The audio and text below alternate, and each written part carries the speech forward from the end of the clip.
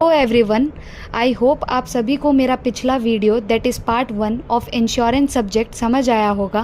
Guys, इस video में हम remaining topics of insurance subject cover करेंगे। Let us start with marine insurance. Marine insurance एक ऐसी टाइप ऑफ इंश्योरेंस पॉलिसी है जो प्रोटेक्ट करती है शिप्स, कार्गो और अदर आइटम्स को which are being transported by sea from risk like accident, piracy and damage. Let us discuss the steps of marine insurance policy, in which our first step is selecting the insurance company. Firstly, हमको वो insurance company select करनी पड़ेगी जो ये particular policy provide करता हो. Secondly, हमको proposal form fill करना पड़ेगा which is provided by the insurance company. Proposal form include करता है details regarding insured property such as type of cargo, vessel detail, route of transit and other desired coverage. इसके बाद insured gather करता है सारे वो एविडेंस जो support करते इंश्योरेंस एप्लीकेशन को, such as invoices, bills of lading, cargo manifest, vessel specification and any other relevant documents related to insured property. के बाद इंश्योरेंस कंपनी उस पर्टिकुलर प्रॉपर्टी को इवेल्युएट करती है based on information provided in proposal form and supporting document. Insurance company basically assess करती है वो factors such as nature of cargo, condition of vessel, route of transit, likelihood of potential risk. Proper evaluation करने के बाद insurance company decide करती है whether to accept this proposal और decline this insurance proposal. अगर इंश्योरेंस कंपनी प्रपोजल एक्सेप्ट करती है तो वो एक कोटेशन प्रोवाइड करती है इंश्योर्ड को जो कि आउटलाइन करता है टर्म्स, कंडीशन और premium amount for insurance coverage. After accepting the proposal, insurance company एक कवर नोट इशू करती है जिसके अंदर डिटेल्स होती है regarding insurance policy such as insured property, coverage period और sum assured. Then finally at the last stage insurance company marine insurance policy issue करती है to the insured. Now let us discuss the types of warranties in marine insurance which is divided into two parts, expressed warranties and implied warranties. Expressed warranties marine insurance में explicitly stated terms और conditions होती है जो कि included होती है insurance policy document में. ये वारंटीज क्लियरली स्टेटेड होती है और इंश्योर्ड और इंश्योरेंस कंपनी दोनों अग्री होते हैं ये पर्टिकुलर वारंटीज पे.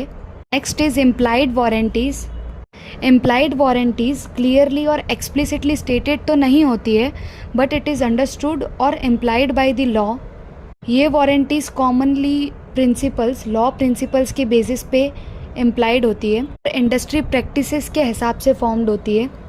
Now let us understand various types of marine insurance policy in which are first type is voyage policy.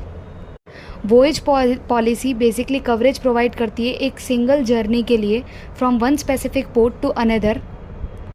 Basically, it covers the entire single journey from one specific port to another specific port. Next type is time policy. Time policy एक ऐसी policy है जो coverage provide करती है एक specific particular time period के लिए और ये टाइम पीरियड जनरली फिक्स होता है. Usually it is for 1 year. ये कंटिन्यूस इंश्योरेंस प्रोटेक्शन प्रोवाइड करती है मल्टीपल जर्नीज़ के लिए इस पर्टिकुलर टाइम पीरियड के अंदर. Third type is valued policy. Valued policy basically coverage provide करती है which is equal to the value of insured property at the time of purchase. The type is comprehensive policy. Comprehensive policy coverage provide करती है बहुत सारे type of risk के लिए जो कि एसोसिएटेड है मराइन ट्रांसपोर्टेशन के साथ which include damage to vessel, cargo and third party liability. ये ऑफर करती है एक comprehensive protection against the wide range of perils that can be tailored. इसको हम कस्टमाइज भी कर सकते हैं to meet the specific insurance needs. Next is floating policy. Floating policy cover करता है मल्टीपल शिपमेंट ऑफ कार्गो एक सिंगल इंश्योरेंस कॉन्ट्रैक्ट के अंडर. ये अलाउ करता है इंश्योर्ड को to declare shipment as they occur and insurance coverage automatically extend to each declared shipment. Blanket policy provide coverage for multiple vessels or items of cargo under a single insurance contract. It offer flexibility by allowing the insured to add or remove vessels or cargo from policy as needed. Now let us understand the fire insurance. ये एक ऐसी type of insurance policy है जो financial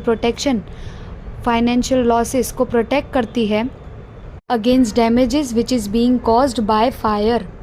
now let us understand the procedure for taking fire insurance, जिसके steps are similar to the marine insurance steps only, which our first step is selecting the insurance company which provide the fire insurance coverage, filling out the proposal form, after that accepting that proposal form by the insurance company.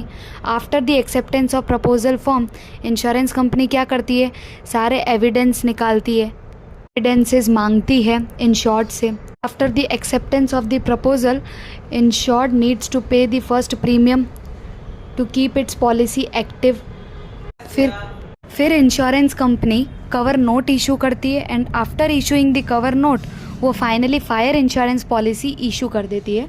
Basically these steps of fire insurance policy are similar to marine insurance policy only, which I have been explained earlier.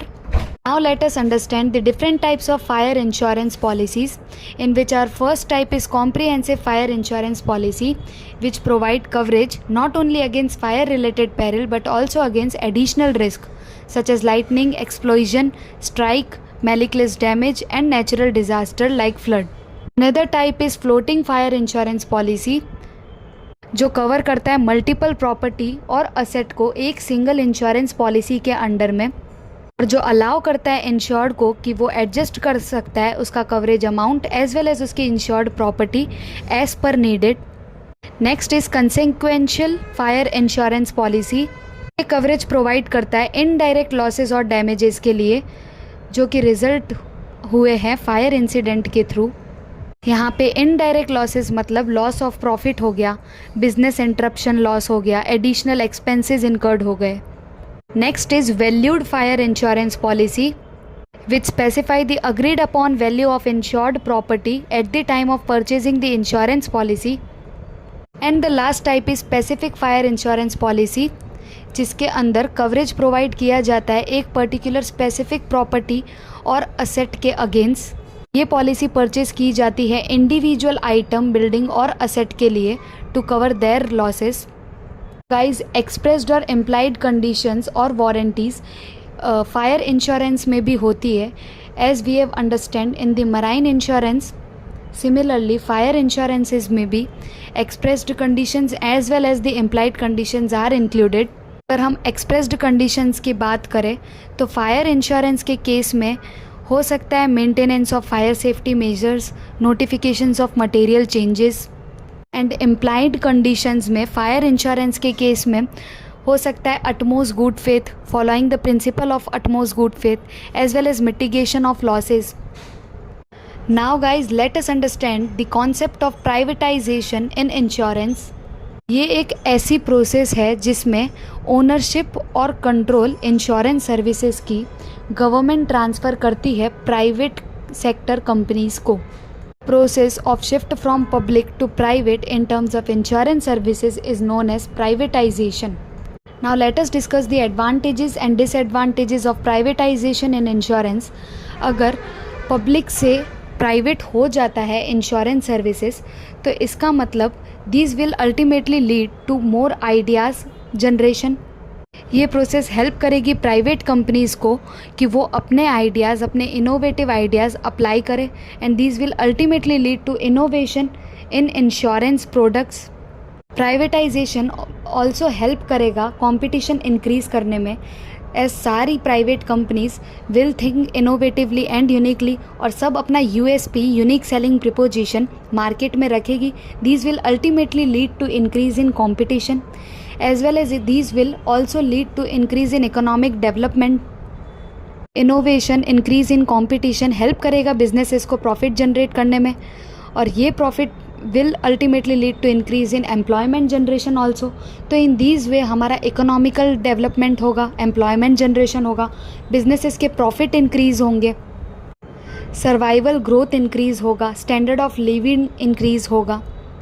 On the other hand, privatisation के disadvantages ये है कि इसमें risk बहुत high है, particularly in cases where private insurer prioritise the profit maximisation over social welfare.